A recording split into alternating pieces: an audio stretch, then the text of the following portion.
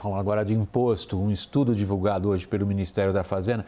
Na verdade é o seguinte, o Ministério da Fazenda entregou ao Senado um estudo solicitado pelo Senado. A reforma tributária está agora no Senado e o Senado pediu ao Ministério da Fazenda o seguinte: ei, o que vocês acham que vai ser essa alíquota desse imposto sobre o valor agregado, o IVA?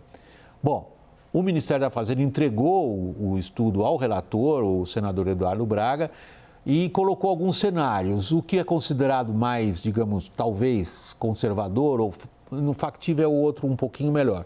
Mas esse fala de 27% quando se aborda a questão da alíquota. É uma das mais altas do mundo.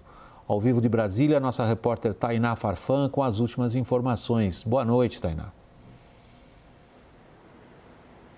Oi, William. Ótima noite para você e para quem está com a gente aqui na CNN. Pois é, o ministro da Fazenda, Fernando Haddad, está fazendo um esforço para tentar sensibilizar os senadores e reverter algumas das exceções que foram aprovadas pela Câmara dos Deputados. Por isso, então, a Fazenda divulgou esse estudo, entregou esse estudo ao Senado com 9 páginas, alertando que a alíquota padrão, se mantida como aprovado ali no texto da Câmara dos Deputados, pode variar de 25,45% a 27%. E se for 27%, será a maior alíquota do mundo, igual apenas a da Hungria. Isso porque, de última hora ali, William, a Câmara dos Deputados adicionou várias exceções, entre elas turismo, educação, saúde. Isso acabou, então, levando essa estimativa da alíquota. Se eles tivessem mantido como acordo inicial, que tinha como exceção aí apenas Simples Nacional e a Zona Franca de Manaus, essa alíquota poderia ser algo em torno de 22%. Por isso, então, esse esforço de Fernando Haddad para tentar reverter esse cenário no Senado Federal para que os outros setores não tenham que pagar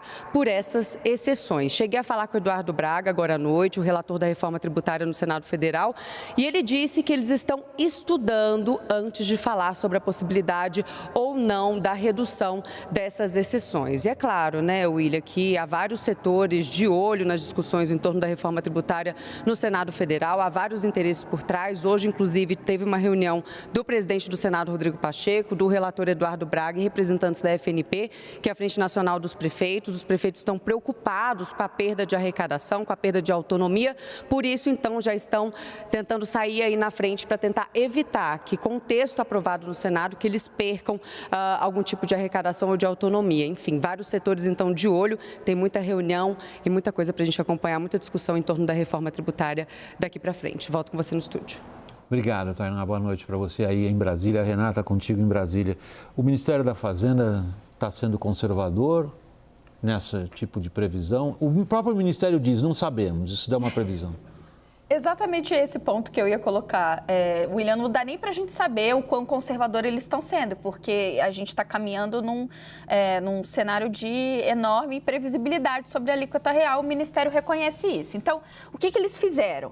Primeiro, eles fizeram ali uma projeção, um cenário base, uma alíquota base, sem nenhuma exceção, que seria de 20%. Depois foram acrescentando camadas a partir de exceções que podem entrar para chegar numa alíquota de 25%. Ainda assim, eles falam no tal do hiato de conformidade. O que é isso? Olha, não dá para a gente saber exatamente o que vai ser efetivamente arrecadado. A gente está falando aqui do potencial de arrecadação, porque tem várias enormes variáveis nisso, inclusive sonegação de impostos.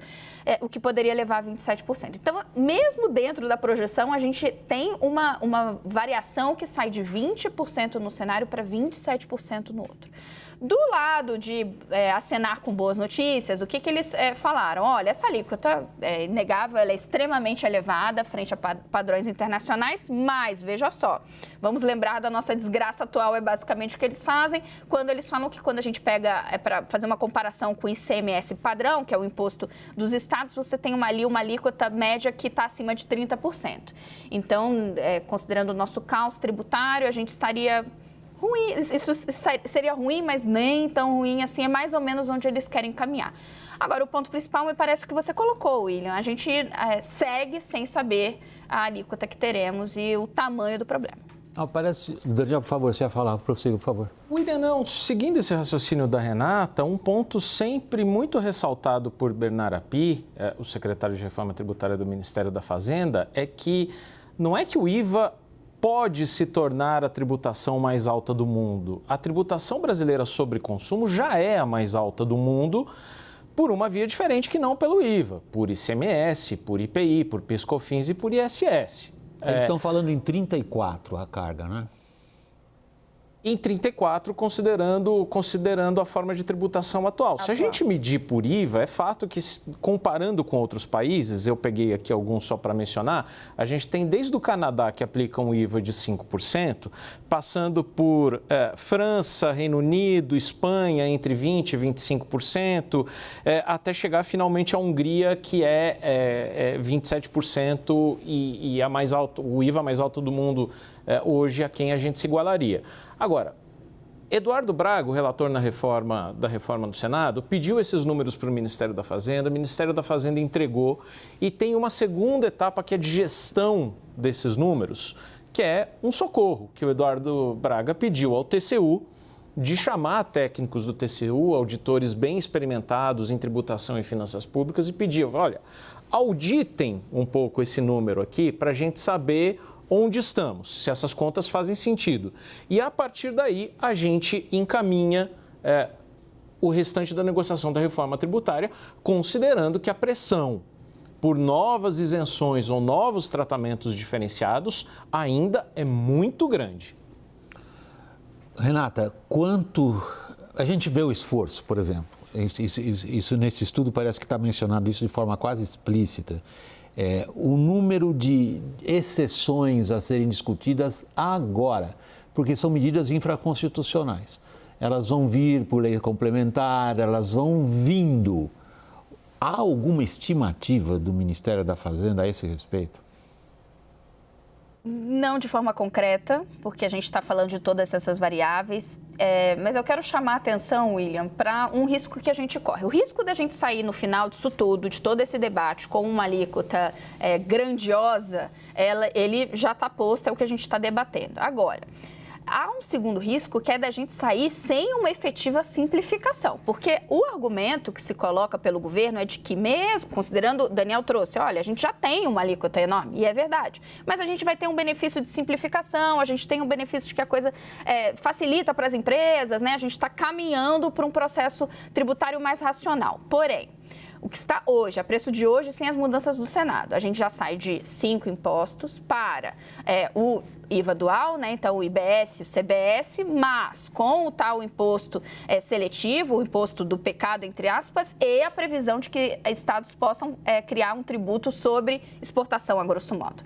E a gente tem um pleito dos municípios de que você tenha o IBS municipal. É isso que eles foram lá hoje falar com Eduardo Braga e com Rodrigo Pacheco, porque eles entendem que eles têm que ter mais mando sobre a sua arrecadação. Veja, a ideia da reforma é justamente unificar e simplificar. E eu estou dando esse exemplo para a gente ter mais um elemento do tamanho de pressão e de pleitos que vão chegar no Senado e que vão permear essa discussão agora lá com os senadores. Daniel, eu queria colocar mais um fator na conversa, que é o seguinte: hoje o governo resolveu juntar numa medida provisória a valorização do salário mínimo, a mudança de faixa de isenção no imposto de renda e a tentativa que já veio por medida provisória, que está caducando agora, de tributar os rendimentos de pessoas jurídicas no exterior, as famosas offshores, controladas por pessoas físicas que residem aqui no Brasil.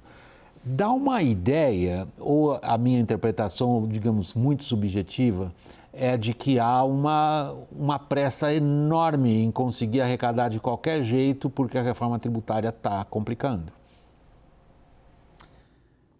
A reforma tributária está complicando com o seu desenho final e eu não consigo enxergar quando e como esse processo vai terminar, porque são tantas as pressões para que o Senado modifique, que depois esse texto volta para a Câmara e não consigo enxergar a Câmara concordando com o Senado.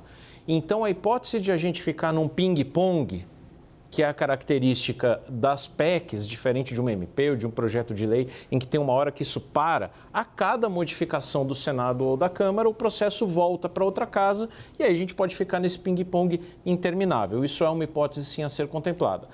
Agora, quanto ao que você falou, William, o governo está atrás, obviamente, de mais arrecadação. O buraco é grande. é de mais de 100 bilhões de reais para este ano. Para o ano que vem também esse buraco aumenta, esse gap entre o que está projetado como resultado primário e o que precisa de arrecadação é muito grande. E o governo pegou ali algumas iscas importantes, que política de valorização do salário mínimo, que estava tramitando como projeto de lei, correção da tabela do imposto de renda e aumento do salário mínimo de 2023, e puxou a tributação dos fundos offshore para essa mesma MP. Então, ali, para o Congresso acenar com uma benesse para uma população que está querendo esse tipo de medida, vai ter que ser apontada ali uma facada tributária. Mas, William, do ponto de vista estratégico, foi isso que o governo adotou. Prossiga, Perdão, Renata. Daniel.